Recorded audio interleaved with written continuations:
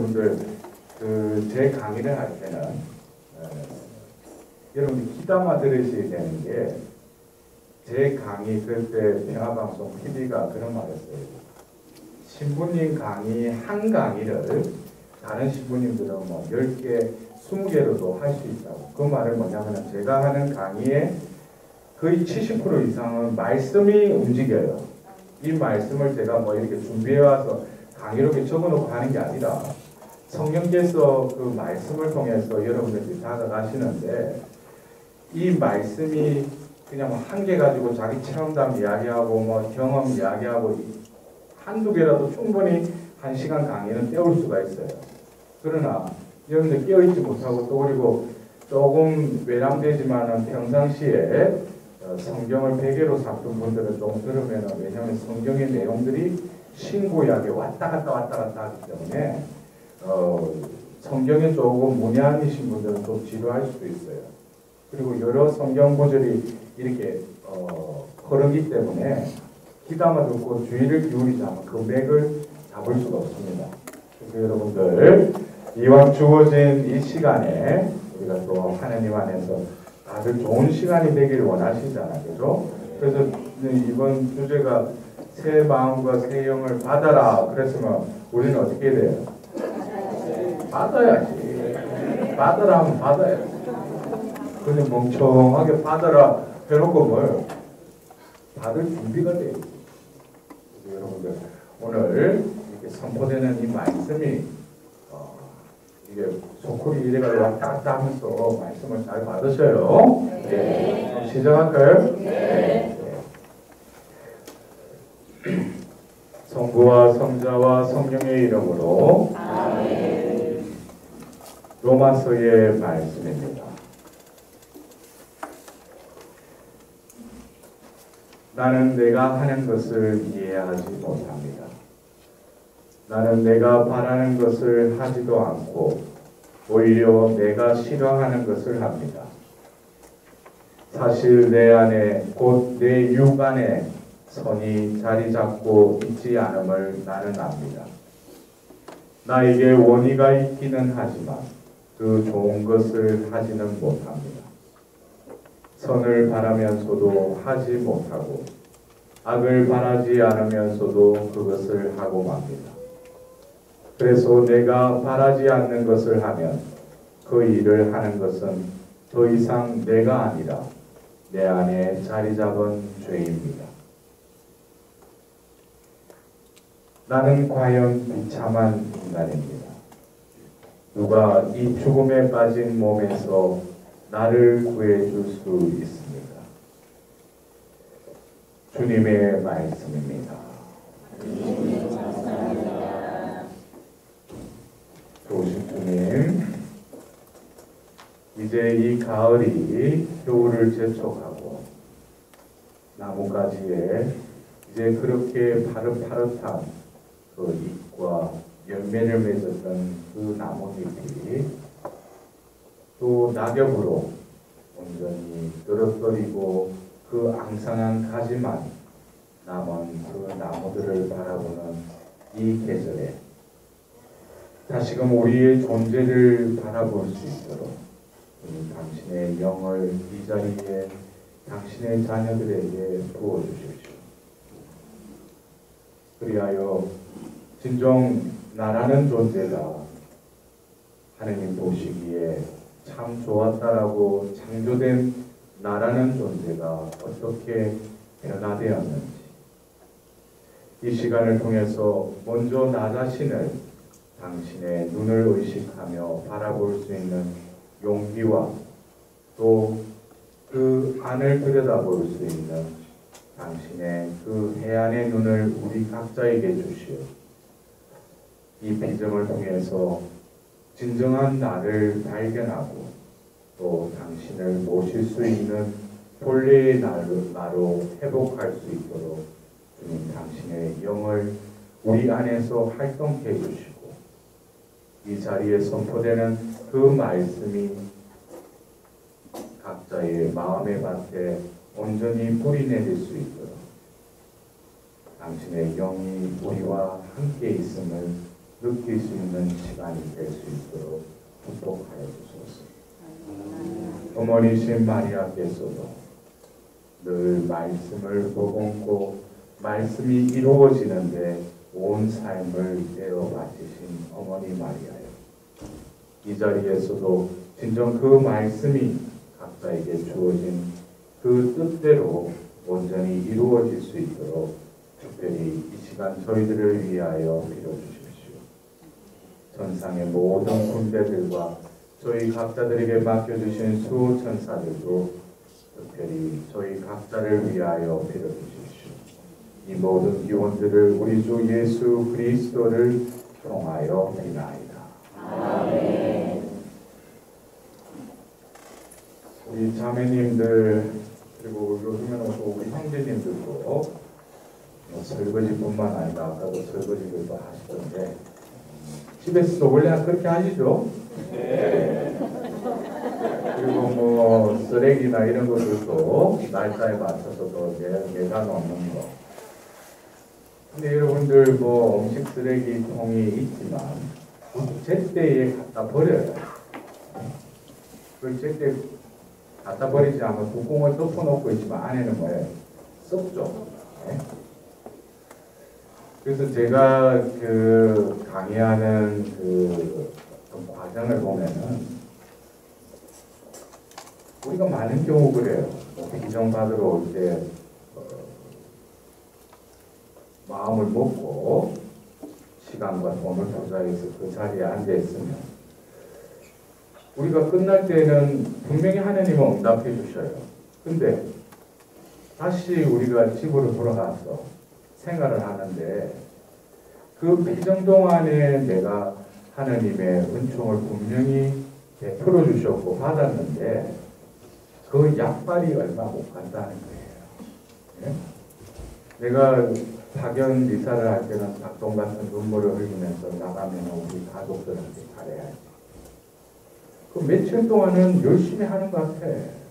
그래서 뭐 우리 자매님들 같은 경우는 뭐또 비전 끝나고 들어가면 이 말부터 듣는 거예요. 여봉 이러면서 남편은 뭐 비전도 어디 미쳤나. 그리고 며칠 안 가. 또 표독스러운 그 보이지 않는 손톱으로 언제 또 둔갑해 버린다고. 근데 저도 수많은 뭐 강의와 실제로는 다 잘 되고 싶어서 하나님 안에 다 잘 살고 싶어서 우리가 이렇게 모인 거 아니에요. 근데 저도 그렇게 강의를 하고 어떻게 보면 또 컴백하고 직간접적으로 그런 만나고 저런 이야기 보면 그 형제님이 그 자매님이 그렇게 은총을 많이 받았는데 근데 왜 그렇게 되어버렸는가. 그러면서 제 나름대로 이렇게 그 연륜이 이렇게 쌓이면서 이게 비전이라는 거는 여러분들이 신앙생활을 어떻게 하면 잘할 수 있습니까? 여러분들 행복하게 살면 어떻게 살아요? 이게 소기의 경일기는 아니더라도 그냥 그거 탓해버린다는 거예요. 왜냐니까 제가 조금 전에 말씀드렸듯이 쓰레기 그 음식 쓰레기를 넣었을 때는 자기가 깔끔하게 청소한 거 같죠.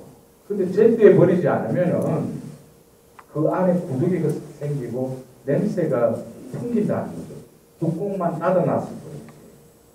우리의 영혼의 상태도 그래요. 제때의 고해성사를 보지 않고 그냥 숨어서 남들이 안 보니까 하고 그냥 그 마음속에 그냥 채워넣지는 않았지만라도 그냥 죄로 인해서 방치해도 버리면은 결국 뭐겠어요? 그냥 제때 버리지 않은 음식 쓰레기통처럼 안에 뭐예요? 구더기가 생기고 냄새를 풍긴다는 거예요. 그것이 결국 우리의 삶에 있어서 뭡니까?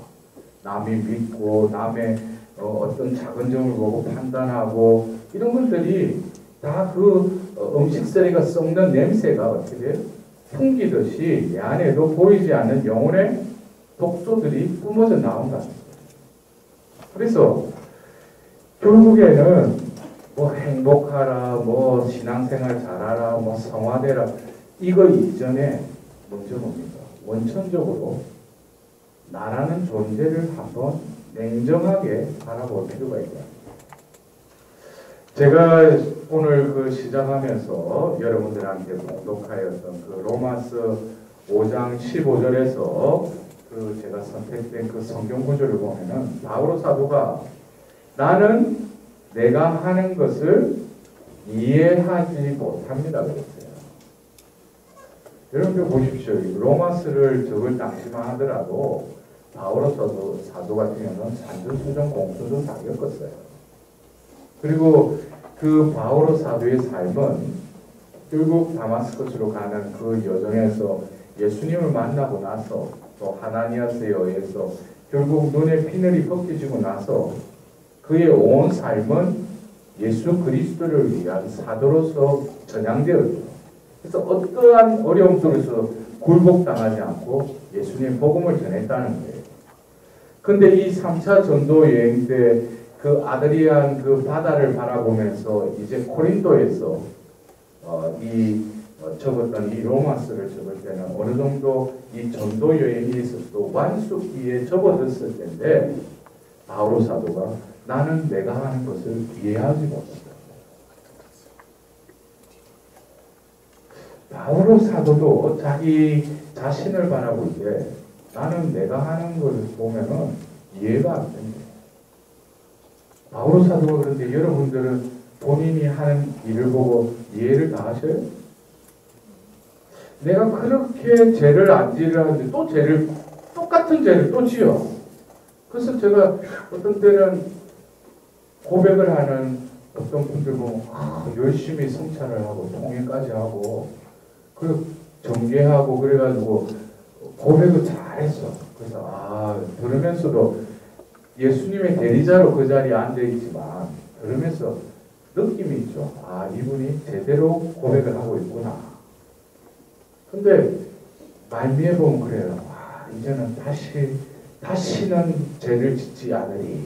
그러면서 그렇게 고백을 마무리를 해요. 근데 조금 전까지 고백을 참 잘했는데 마지막에 자기가 이제는 또 죄를 짓지 않겠대. 노력하겠대. 여러분들 어떻게 보면은 가상하죠. 이제 나가서 내가 죄를 짓지 않도록 노력하겠다는 게 그게 그러나 이런 생각. 내가 죄를 짓지 않도록 노력한다고 해서 죄를 안 지어요. 우리의 존재 자체가 그 딜레마에 빠진 나라는 존재는 그것도 뭐예요? 마지막에 내가 죄를 지었어요. 그리고 고백을 했어요. 그리고 말미에도 뭐예요? 내가 죄를 짓지 않도록 노력도 해야 되지만은 그 순간에 이 죄에 대해서 내가 얼마나 무기력함을 인정하는가. 그 많은 경우는 뭐냐면 이 죄를 다시 짓지 않으리라는 그 결심도 할 필요가 없어요. 왜? 죄라는 문제는 내가 대항할 수가 없습니다. 죄의 뒤에는 뭐가 있어요? 악이 있죠. 우리가 악을 대항할 수 있어요? 악은 영의 존재예요. 우리의 약점을 누구보다도 잘 알고 있어요. 근데 내가 육을 가지고 있는 내가 또 영 또 병들어 있는 내가 그 사악한 그 영의 존재를 대적할 수 없어요. 그것을 대적할 수 있는 분은 하느님밖에 없다는 거죠. 그러면은 내가 그것을 죄를 짓지 않도록 노력하겠다는 그것은 아직까지 뭐예요? 하나님께 항복을 아직 선언 안 했다는 거죠. 아직까지도 그 죄를 짓고 안 짓고의 주체가 나라고 착각하고 있어요. 우리는 눈을 뜨는 순간에 죄를 지울 수밖에 없는 존재예요. 제가 여기서 말하는 항복과 무기력이라는 의미가 부정적인 의미인 것 같지만 우리 교회 안에서도 그래요. 이제는 내 삶이 하나님을 위해서 뭔가 바뀌어야 되겠다 해서 열심히 봉사하고 또 기도 생활도 열심히 하시는 우리 형제 자매들 보면 다 사연이 있어. 그 공통적인 것 중에 뭐예요? 시련을 속히 당한 거예요. 어떤 병이 났다든지 또 어떤 사업으로 망했다든지. 그래서 언젠가 한번 제 주위에 오는 사람들을 보니까 공통적인 게 있어. 보니까 다 망했어. 병들어도 지질이 또 딴 데 가서 안 낫는 편이야.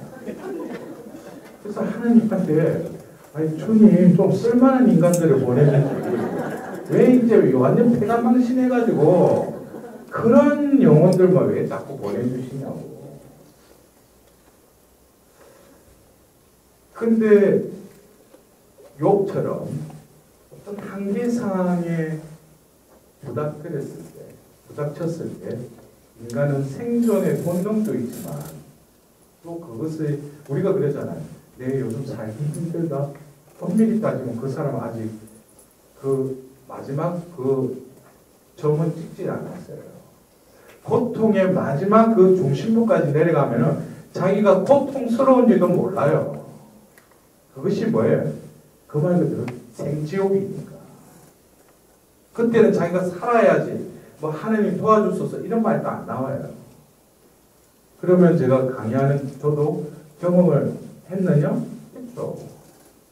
그때는 뭐 고통이다 뭐 이런 것도 생각이 안 나요. 제 간단한 경험으로는 그때는 뭐겠어요? 하나님 앞에 굴복할 수밖에 없어요. 엎드리고 숨을 쉬는데 그때 비로소 그 부르짖는 주님께 부르짖사오니라는 시편 29편의 그 말씀이 조금 이해가 됐어요. 부르짖는 게 소리 지르 아버지 삼창회가 이게 부르짖는 게 아니에요. 소리를 내지 않더라도 내 영혼의 호흡이 땅의 그 탄식과 합쳐지면은 이 대지가 흔들려요. 내가 흐느낀다고요. 그때 하나님은 다가오셔요. 그때 내라는 존재가 얼마나 죄인인지 하나님의 채 입에 올리기도 이거는 만무당 뭐예요? 올릴조차도 자격도 없는 존재라는 걸 깨닫게 되는 거죠.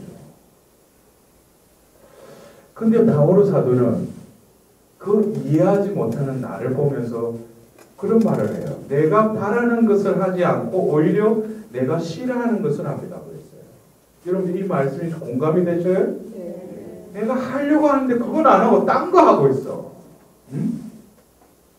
근데 그러면서 바오로 사도는 그래서 내가 바라지 않는 것을 하면 그 일을 하는 것은 더 이상 내가 아니라 내 안에 자리 잡은 죄입니다. 그랬어요.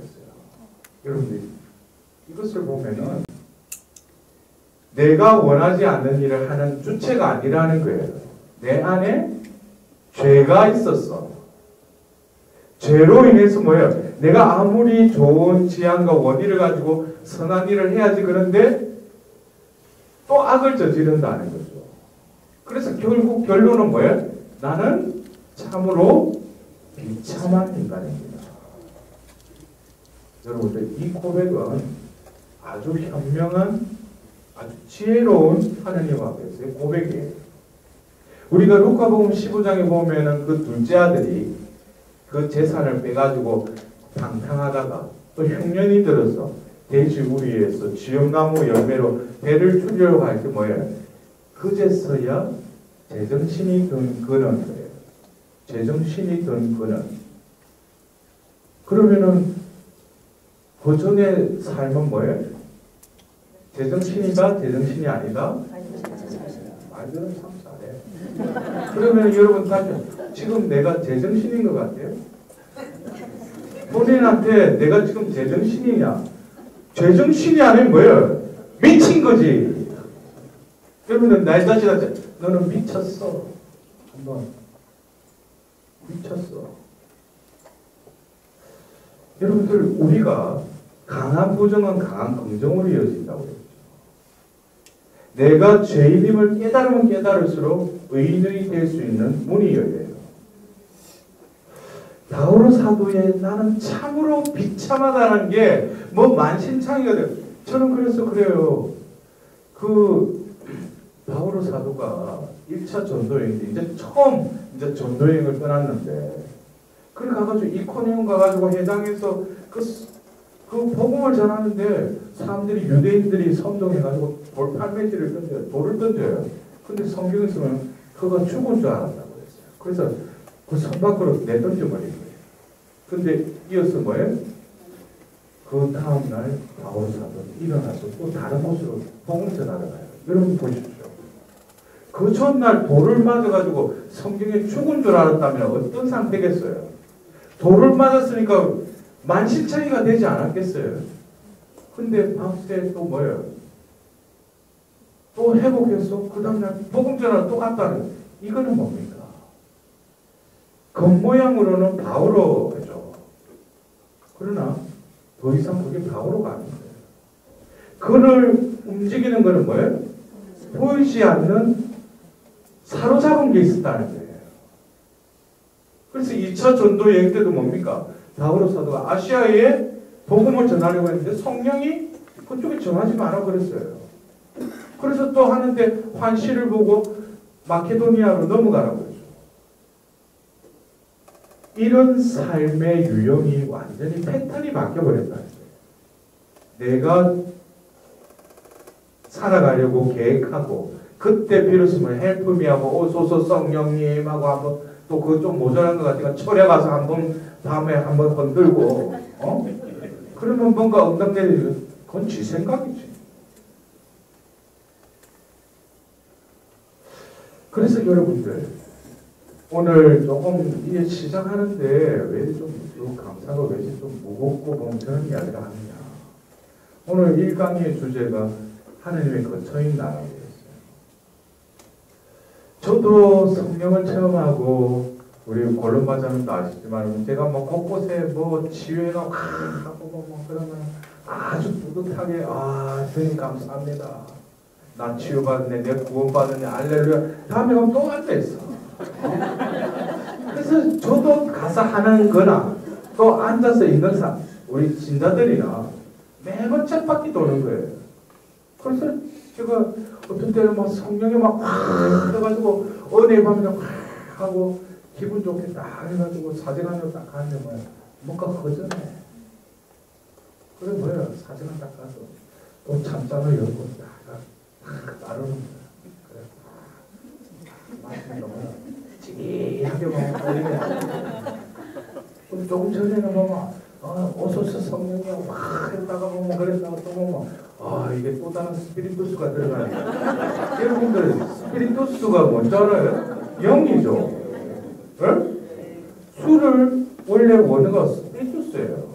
왜? 옛날에 제사를 지내는 제사장들이 술이나 어떤 약물을 먹고 반쯤 취했으나 한각 상태에서 제사를 드렸기 때문에 원래 술에 또 스피리투스예요. 그게 소문자로 적혀있다 보니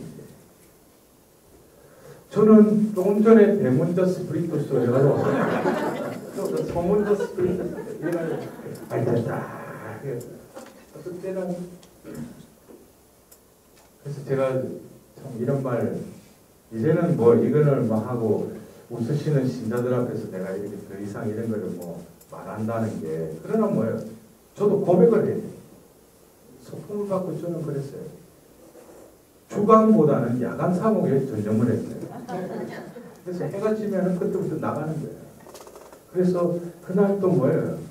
밤을 지새우고 새벽에 이제 본당으로 들어가면은 그 관리인이 그래요. 신부님 어디 다녀오셨어요? 운동 갔다 온대.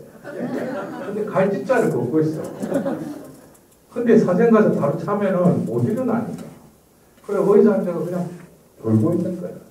왜냐 새벽미사까지 버텨야 되니까. 근데 새벽미사 때도 치기가 있는 상태에서 미사 드리는 거예요.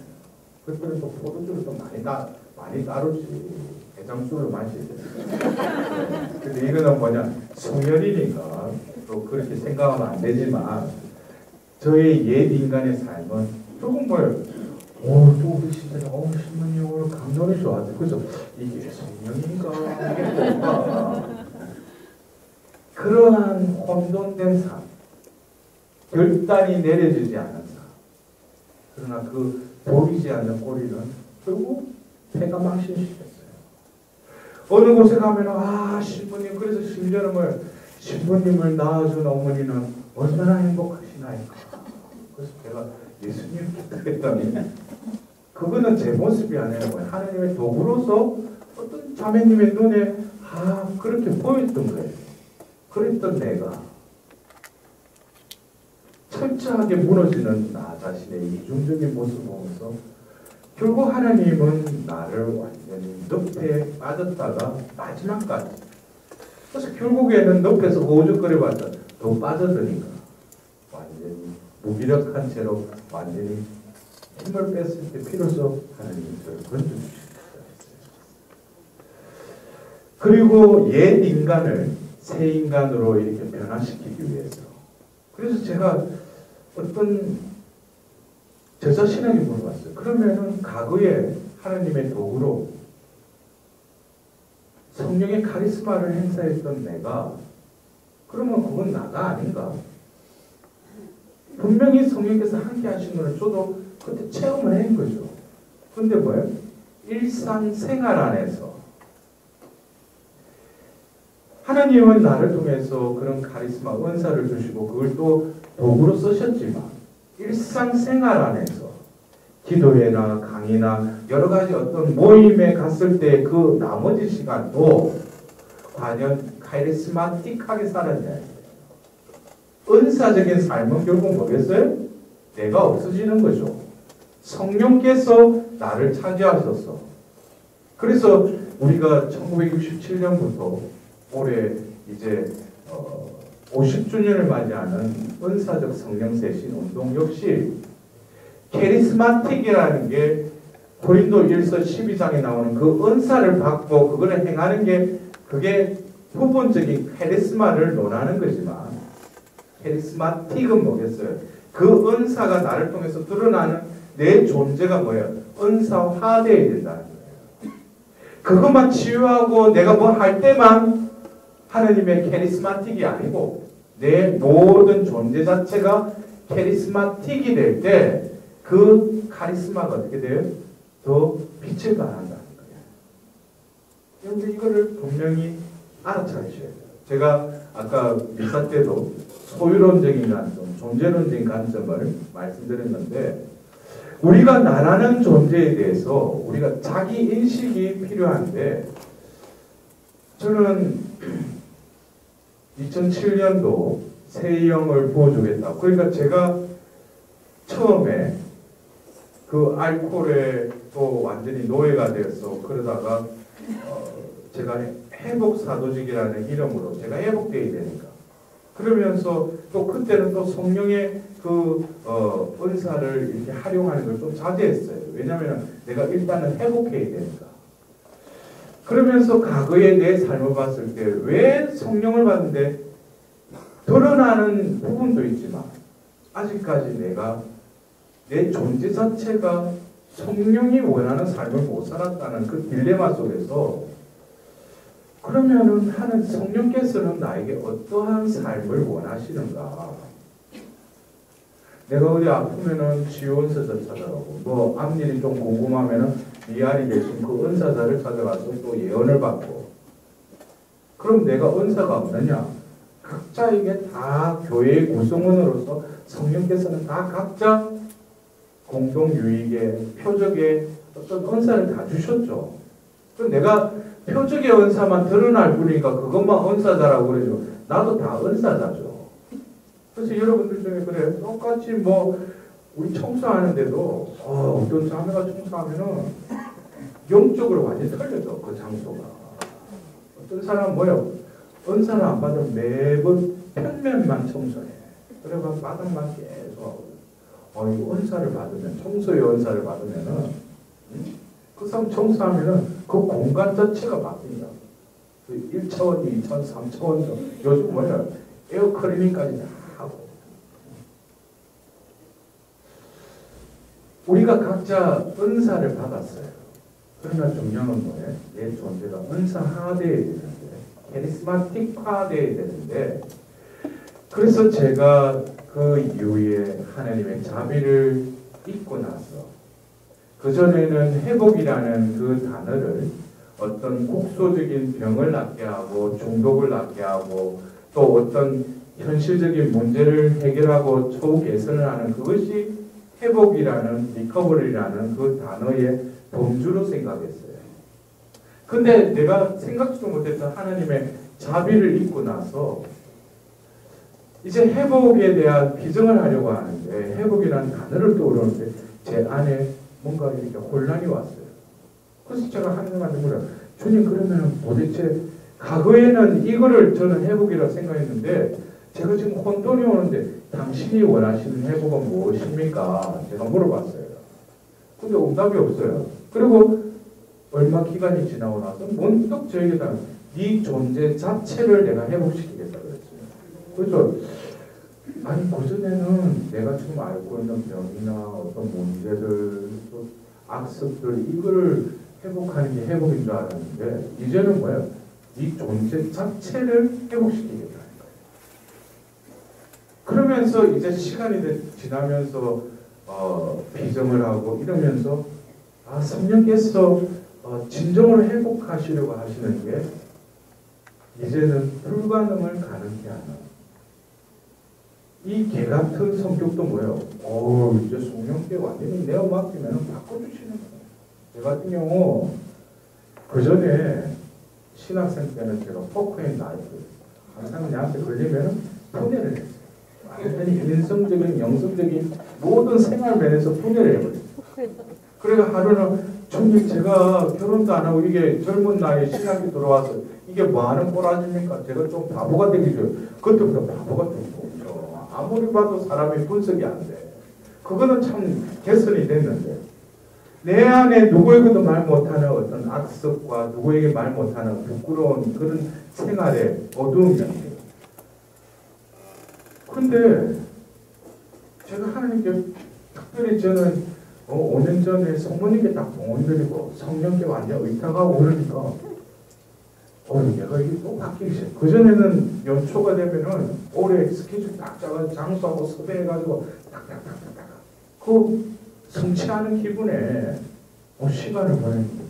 요즘은 뭐예요? 아무래도 예다. 그냥 기다리고 있을 뿐입니다. 근데 또 누가든지 탁탁탁 이 섭외가 와. 그러면 또 섭외 가지고 또 와가 그저 같으면 그래요. 그러면 언제인데요? 회장님 일단 이게 한 주님의 뜻인지 안 하고 제가 며칠 후에 연락드려요. 그리고 또 주님 앞에 가서 주님 이런 게 왔는데 이게 주님 당신의 뜻입니까? 또 멍청하게 됩니다. 그리고 어떤 느낌을 주면은 그냥 하는 거예요. 그러니까 삶이 걱정할 필요도 없어. 섭외할 필요도 없어. 장소까지 다 말해서 사람들도 모아주시는 거야. 근데 결과적으로 보면은 하나님이 이끄시는 거는 횟수도 그렇게 바쁘게 안 움직이더라도 열매를 보면 아주 풍성하게 맺게 해주셔요. 그래서 나는 뭐 외국 가서 맛있는 거 먹고 여행도 하고 또 강의도 하고 좋지. 근데 뭐예요? 내가 계획하는 게 없다. 여러분들도 인생이 완전히 바뀌려면 비결은 한 가지거든요. 자기 자신이 살지 말고 완전히 맡겨드리는 거예요. 이것처럼 다 알잖아. 하니까 맡겨드리면 안 되지. 근데 여러분들 우리가 성경의 역사를 보면 이거는 한 측면이에요. 창세기 2장 7절. 이것은 창세기 1장이 어떤 외향적인 어떤 창조를 통해서 인간의 존재를 어떻게 당신의 모습대로 비슷하게 창조했다고 했어요. 이거는 형상적인 차원에서의 인간의 창조예요. 그러나 창세기 2장 7절은 어떤 진료, 그 안에 본질을 말하는 거예요. 그게 뭐예요? 먼지로 빚은 다음에 그 코에 숨을 불어넣으니 생명체가 되었다고 했어요. 여러분들 보십시오. 우리는 그냥 제수요일 날 그 죄를 바르면서 헐게에서 나왔으니 헐거로 돌아갈 것을 기억하십시오.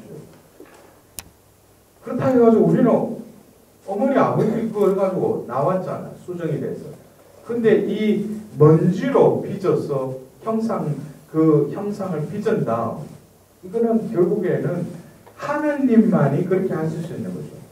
정자와 남자가 만나서 이 생명체가 수정된다는 건 그거는 불가능한 일이라고 여러분들 과학적으로도 거의 불가능한 확률이 이루어지잖아요. 이것조차도 어떻게 보면은 불가능을 가능케 하는 생명의 인대지만 중요한 것은 우리가 낙태도 반대하고 하는 게 뭡니까? 생명도 하나님 주셨을 뿐만 아니라 그 어머니의 못에 있는 그 자체도 뭐예요? 왜 소중하냐면 생명이기 때문에. 그래서 우리가 생명이라는 것, 성경에서 말하는 비로소 생명체가 되었다는 그 생명체는 뭐겠어요? 무엇 때문에 생명체가 되었다고 그랬어요?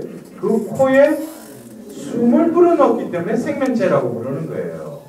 그냥 육신에 이 맥박이 뛰고 그냥 목에서 왔다 갔다 하는 숨을 쉰다고 해서 하느님 편에서는 뭐예요? 생명체라는 것은 당신의 숨이 그 존재에 담겨 있을 때 비로소 뭐예요?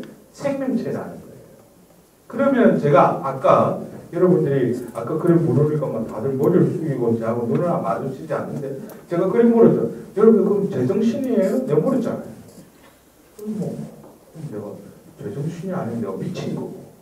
그러면 내가 그래도 사회적 지위가 있는데 그러면 내가 밖에 서서 난 솔직히 내가 미쳤어. 그러면 어디겠어요? 어디 집어넣어 버리겠지. 근데 엄밀히 따지면 난 미쳤어요. 왜? 내가 살아있다고 착각하고 있으니까. 여러분들 내가 살아있죠. 왜? 육신적으로 숨을 쉬고 있으니까. 숨만 딱 핥아갔다가 딱 끊어지면 뭐예요? 죽었다 그랬죠. 사망신고, 사망 확인서 적어주죠. 그런 육신적인 차원이 아니라 그 코에 숨을 불어넣으니 비로소 생명체가 되었다. 그 생명체나 이거예요. 숨을 불어넣었다. 그러면 결국 뭐겠어요? 나라는 존재는 코를 통해서 숨이 드러내서 여기에 숨이 머무르고 있다는 거예요. 예?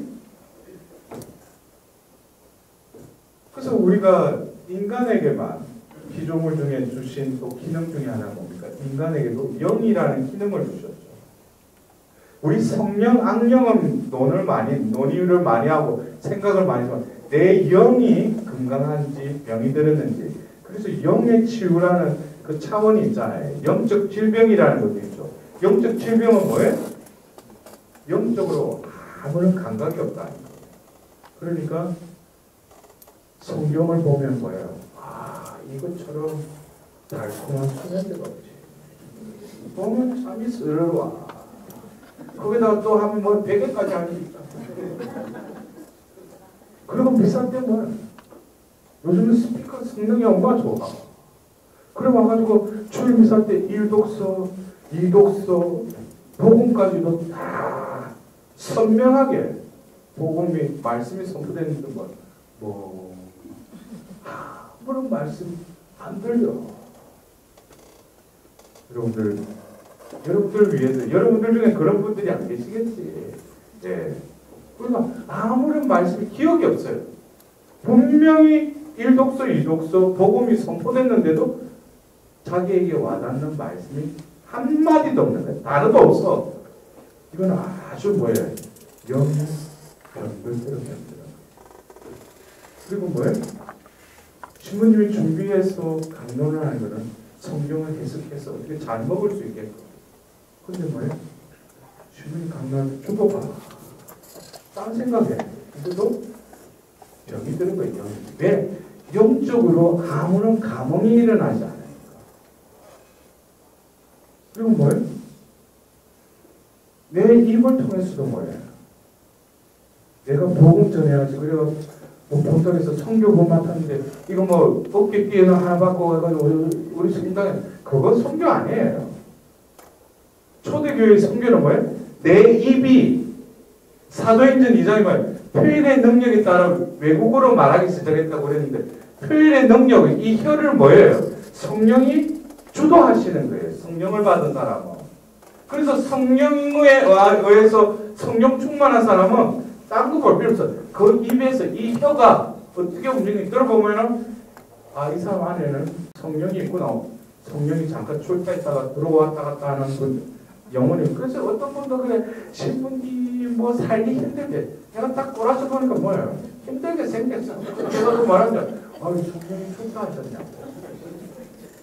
오늘 피조 같은 똑같은 신분이 요즘 살만해. 그리고 어떻게 출타했던 성령이 다시 늘어졌냐고. 뭔지도 모르고 그냥 너무 살만한데. 여러분들 우리가 생명체라 성경은 분명히 생명체를 어떻게 규정하고 있어요? 당신의 그 생명이 우리 안에 깃들여진 존재가 생명체라. 근데 이 영이 결국 창세기 6장에 이르러서 뭡니까? 사람의 아들들과 세상의 딸들이 짬뽕이 돼요. 그러면서 하나님이 급기야는 뭐라고 합니까? 진노하셔요. 그래서 너희는 살덩어리를 나름이니 너희들 안에 머물러서 영을 내가 거두라 그래요. 이게 성경의 그 6장에 잠깐 한 줄 나오는데 이게 결국 뭐예요? 배터리를 빼버리는 그거예요. 아니 배터리를 빼버리면 그거 작동이 돼요? 작동 안 되잖아. 멍청하게 돼요. 그래서 우리가 구약의 역사는 뭡니까? 율법에 적어놓고 그거 준수하는 거 그 수준밖에 안 되는 거예요. 하느님과 통교하는 영이 병들어 버렸으니까. 그러니까 하나님이 특별히 뭐예요? 선택한 왕이나 예언자들은 뭡니까? 기름을 붓고 그 영을 부어주십시오. 그래서 그 영이 그 안에 움직이려면 내 영이 뭐예요? 회복되어야 된다. 그래서 뭐예요? 내가 회복되기 위한 첫 번째가 회개 연충을 구해야 돼요. 내가 이제는 잘 살아봐야지. 이제는 내 마누라한테 우리 남편한테 왼수 같은 토끼 같은 자식한테 그 생각은 안 돼요. 내 영이 회개해야 돼요. 그래서 제 주위에도 뭡니까? 그 짧은 시간에 그 사람 그렇게 바뀔 수가 없어요. 근데 뭐예요? 영이 완전히 회개하고 하나님께 내 병든 그 존재를 완전히 내려놨을 때 하나님이 짧은 시간에도 그 존재를 바꿔버리세요.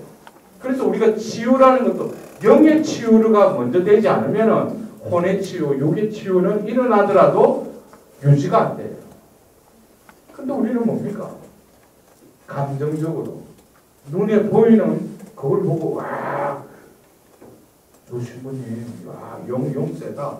영빨 세네. 이분은 강사하는 보니까 야 영이 좀 약한 것 같아.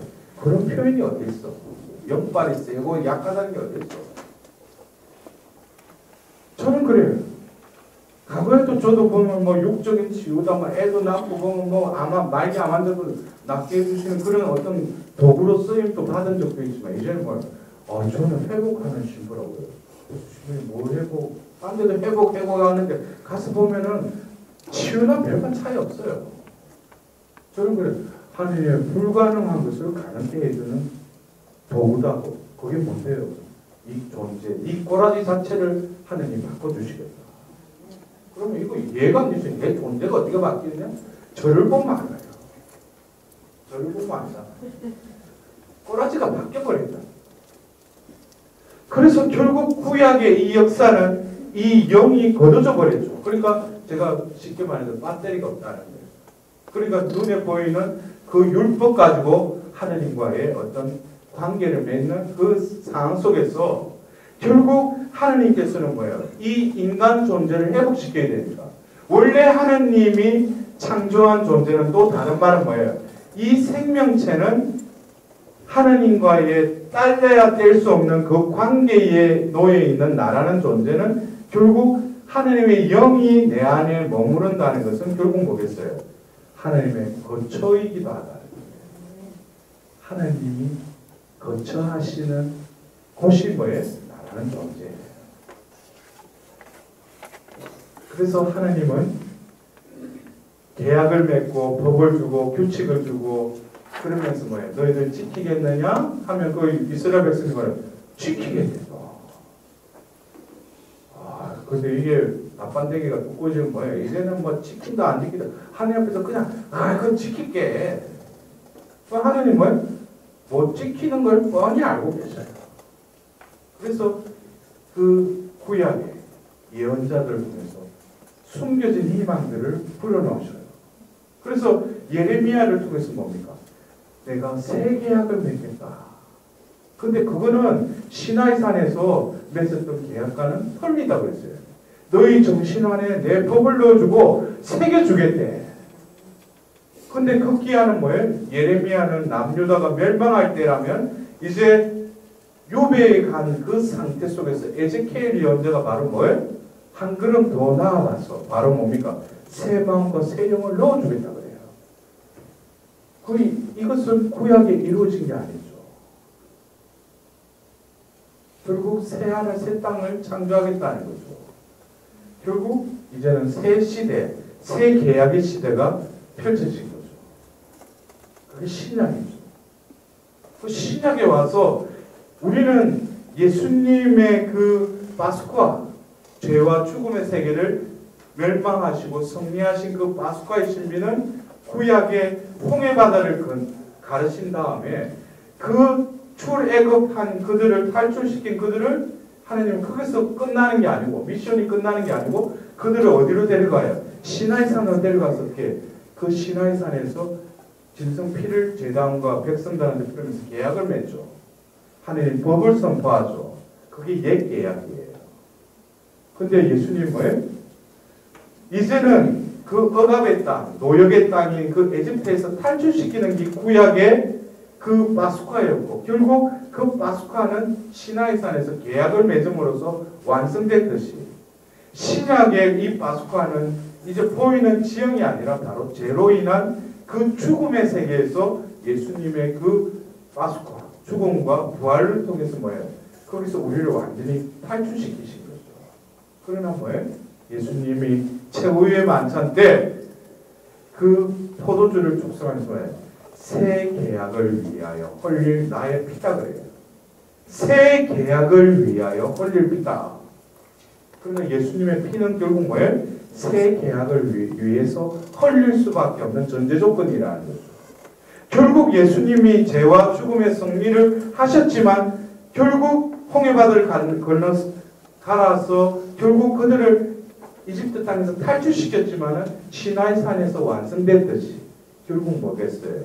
이 신약에서는 바로 이사야를 통해서 예레미야를 통해서 에제키엘을 통해서 하나님께서 원래 생명체라고 한 그 존재를 회복시키기 위해서 이미 예언되었던 그 말씀이 바로 때가 되어서 오순절날 그 다락방에서 이루어졌다는 거예요. 그래서 신약의 시나이산은 바로 오순절 세나클이라는 거죠. 결국 그들이 뭐예요? 성령이 임하다 성령이 그들을 가득 채웠다고 사도행전 2장 4절에 나와 있어요. 그래서 우리는 내일 오전에 원래 오늘 밤에 하기로 했는데 제가 이게 아닌가 싶대요. 내일 오전에 우리가 이 성령 체험을 할 건데 이것은 내가 뜨겁다 넘어지고 이번에 분명히 제가 유럽 땅에 미주 지역도 한 바퀴 돌았지만 유럽에 가서 거기서 오소서 성령이 하는데 막 사람들이 넘어지고 보면 막 거센 바람이 불고 그랬어요. 이렇게 막 음악이 확 하고 보면 막 동뜬 상태가 아니고 오소서 성령이 하는데 성령이 임하신 거예요. 근데 그 자리에 누가 계셨어요? 제가 그 전에는 새 영을 부어주는 신부다, 새 영을 전하는 신부다 그랬는데 제가 가는 곳마다 안 좋아하는 데가 있어. 그러니까 지금 성령 세신이 좀 이래저래 보면 힘들고 좀 이랬는데 저 신부가 또 새 영을 받으니까 그리고 어떤 봉사자가 신부님 우리 권영을 받았다는 그러니까 가서 이렇게 말하기도 그래. 분명히 하나님 보내셨는데 내가 인간인지라 가서 부딪힐 필요 없잖아. 그래서 하나님 제발 이제 보내지 마십시오. 가서 새 영을 받으라고 분명히 또 성령께서 임하시는 거나 역사하시는 게 틀린데 아예 하기 싫다고. 근데 뭐예요? 이 모든 것을 이끌어온 게 성령님이십니다. 그거를 작년에 제가 비로소 깨달아요. 그래서 제가 가는 곳마다 성령님을 모시는 거니까 잔잔 아버지 오신 분이 너무 좋았대. 피드백도 너무 좋아. 성모님만 모셔놔서 그런데. 그게 뭐예요? 오순절 다락방이죠. 오순절 다락방에는 분명히 성모님이 중심에 계셨어요. 근데 캐리스마틱 리뉴얼 무브먼트 때도 또 기도회마다 먼저 뭐예요? 묵주기도 많죠. 그리고 기도회 때는 성모님 저쪽 한국 때문에 그냥 어서서 성령이여 뭐 이래. 성모님이 함께 계시죠. 그거를 제가 이번에 유럽에 가서도 분명히 그 유럽 대륙은 그리스도교가 그곳을 이끌어왔지만 성모님이 몇 세기 동안 오랜 기간 동안 그곳에 발현하시고 함께 하셨다는 거예요. 그러니까 뭐예요? 미주지역은 이제 역사가 200년밖에 안 됐잖아. 근데 성령의 은사적인 그 성령 세신 바람은 뜨겁게 불었지만은 이제 그게도 완전히 나락의 일본 직전이에요. 근데 유럽에서는 뭡니까? 우리 성모님이 바로 그 꽃피신 분님의 그 기도처럼 오소서 성령님 지극히 피 없으신 마리아 성심에 힘있는 정부를 오셨다는 거. 발이 성령이 정배시니까. 근데 지금 제가 이 말을 하는 건 조금 생소고 다시금 이 2장 7절에서 이 구약과 신약으로 흘러나오면서 오순절에 결국 그것을 이루셨잖아요. 세계약을 이뤘죠. 근데 지금 2000년이 지난 21세기에 우리들의 꼬라지를 보면 분명히 성령을 처음 했는데 저와도 같이 그리고 형제 기도회 가고 뭐 철회 기도 가면 또 골룸바 잡으면 막 하면 또 눈물을 흘리고 내 너무 좋아. 근데 뭐야 끝나고 또 집에 가면 저처럼 또 뭔가 허전해. 또 집에 가보니까 아무것도 변한 게 없어. 조금 충만했다 또 뭐야 그 다음날 또 보면은 계속 딜레마죠. 혼란이에요. 그래서 뭐예요? 이제는 내 존재 자체가 무엇을 이 상태에서 음식 쓰레기가 담겨져 있는 그 뚜껑 덮어놓은 그 안에 음식 쓰레기만 가득한 나라는 존재가 이제는 뭐예요? 완전히 비워야겠다. 근데 비우는 것도 그 냄새 나는데 걱정 하들들 마셔. 그래서 2강이 3강이 들으면 하나님이 또 그걸 뭐예요? 이미 성경 맛을 다 해놨어. 자기가 하겠다는 거예요. 우리는 그냥 의탁할 뿐이에요. 그 결국 이 성경의 역사는 창세기 2장 7절에 인간의 존재에 대해서 분명히 성경은 적고 있고 결국 성경의 마지막 장인 그 존재. 그래서 여러분들 21장 1절에 뭐예요? 나는 새 하늘과 새 땅을 보았습니다. 사도 요한이 그러죠. 그러면서 그 의자에서 큰 소리가 울려나오는데 뭐라고 하면 이제는 하느님의 국토가 여러분 가운데 있다 라고 들려요.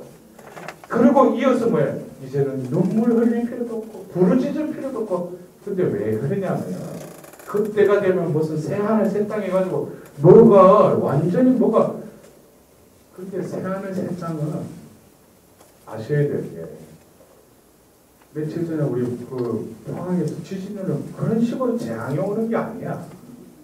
지금 이미 우리는 재앙을 겪고 있어요. 그걸 알아차려야 되는데 우리는 외적인 차원에서만 어떤 그 눈만 열려 있으니까 나팔 소리가 울리고 KBS 9시 뉴스에 탑 뉴스는 뭐야? 예수 재림 임박해가 빠바방 해가지고 그러니까 예수님 오시는 게 아니에요. 이미 오셨어요. 그러나 그거를 감지하고 이 하나님 나라가 여러분 가운데 있다고 그랬죠. 여기 있다 저기 있다고 쫓아다니지 말라고 그랬죠. 그거는 뭐예요? 가시적인 방법으로 하나님 나라가 임하는 게 아니라 눈이 열리고 존재가 깨닫는 존재는 뭐예요? 이게 바로 하나님 나라구나. 이미 하나님 나라는 완성을 향해서 하나님 때와 시기는 아버지만이 아시지만 지금도 뭐예요?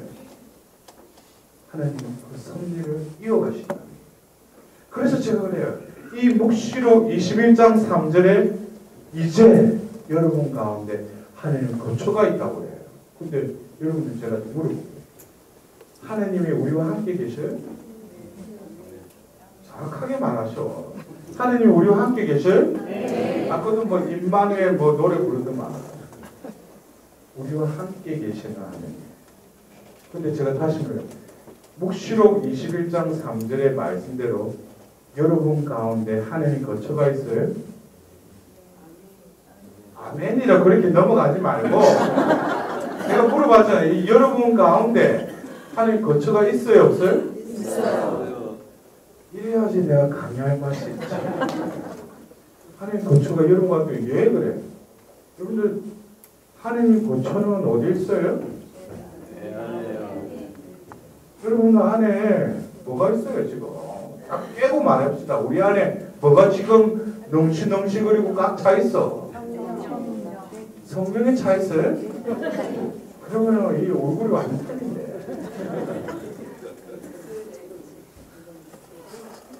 쓰레기라고 누가 그랬을까?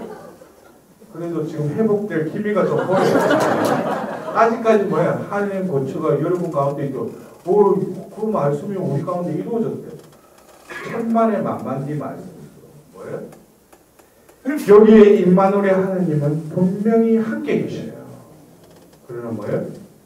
사람의 아들은 머리 뚫고 쫓아가 없다고 한 그 말씀처럼 여기에 당신의 거처는 없어요.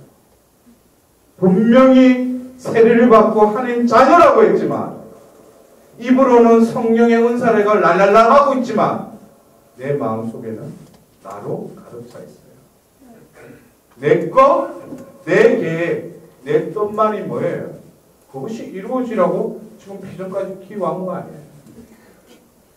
여러분들 우리가 하나님 앞에서는 냉정하게 투명하게 나를 내 꼬라지를 직시할 줄 알아야 돼요. 상담을 할 때도 직면하는 것이 상담의 목표입니다. 그냥 어스렁하게가 와가지고 그냥 발짝 끼고 그냥 강의 들으면서 그냥 또 나눔할 때도 그냥 한 바퀴 도는데 그냥 뭐 그러지 말고 이 1박 2일 동안에 여러분들이 한번 자신의 그 내면을 온전히 까발리는 영혼은 이 짧은 시간에도 뭐예요? 바로 하느님은 지금 이 창조 때의 이 사업을 뭐예요? 이루시겠다는 거예요. 그래서 이제는 여러분 가운데 하늘 거처가 있다 그래요. 완료형이에요. 그래서 뭡니까? 이제는 하느님이 내 안에 재창조를 하시겠다. 그런데 이것이 너무 좀 제가 비약적인 그 성경에 이렇게 표현이 좀 저도 오랜 기간이 걸렸어요.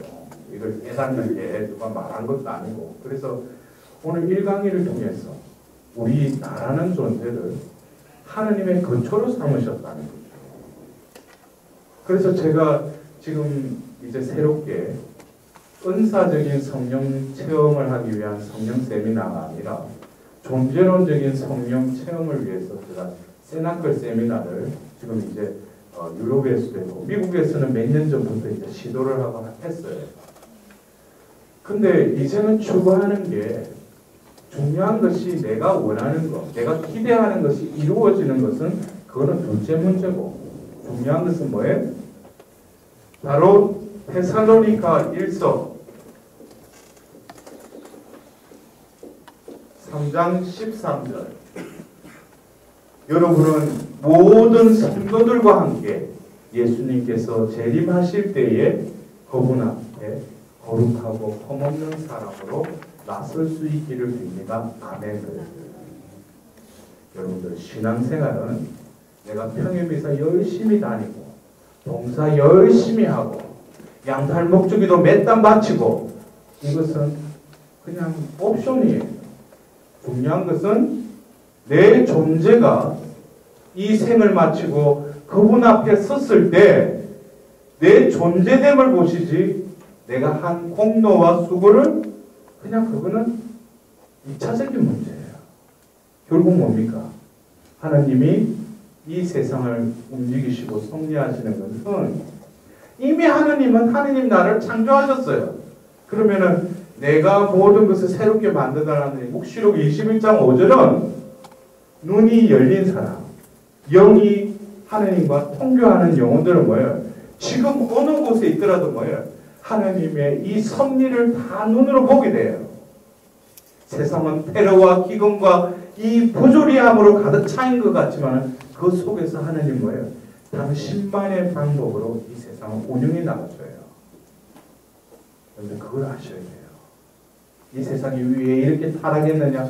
그 이전에 내가 얼마나 하나님을 보려고 해도 보지 못할 뿐만 아니라 들으려고 해도 말씀이 들리지 않고 내 혀는 뭐예요? 남을 비방하고 판단하고 온갖 욕설로 비방하는데 이 혀가 쓰일 뿐이지 하나님 복음이 담겨져 있지 않다는 거예요. 성령이 표현의 능력을 장악했던 그 초대교회에 그 오순절에 모였던 120여 명과 우리도 별반 차이 없죠. 우리도 성령을 받았죠. 언제? 세례 때, 견지 때 또 확인시키는 또 견지를 받았죠. 그리고 21세기에 또 성령 세미나를 통해서 성령의 은사적 체험을 했죠. 하나님은 끊임없이 당신이 실제 하심을 우리에게 드러내셨고 이제는 뭡니까? 내 존재론적인 차원에서 내 존재가 하나님의 거처로서의 나로 회복시키려고 하시는 하나님의 섭리를 이제 알아차리고 그 묵시록 21장 3절이 내 안에서 이루어지면 우리 가정도 뭐예요? 성가정을 위한 기도다. 백날 바쳐도 내 안에 하나님의 거처가 마련되면 우리 가정이 바로 하나님의 거처가 되는 거예요. 그러한 사람들이 모인 본당은 또 더불어서 하나님 거처인 공동체가 될 뿐만 아니라 지금 교황님께서 새 복음화라는 그 단어도 뭐겠어요? 온 인류가 바로 하나님의 거처. 그것이 뭐예요? 바로 하나님 나라입니다. 그렇게 될 때 내가 모든 것을 새롭게 만든다. 이 말은 꼭 이루어지고 말 것이다. 했던 그 말씀이 이루어질 것입니다. 영광이 성부와 성자와 성령께 성부와 성자와 성령의 이름으로 아멘.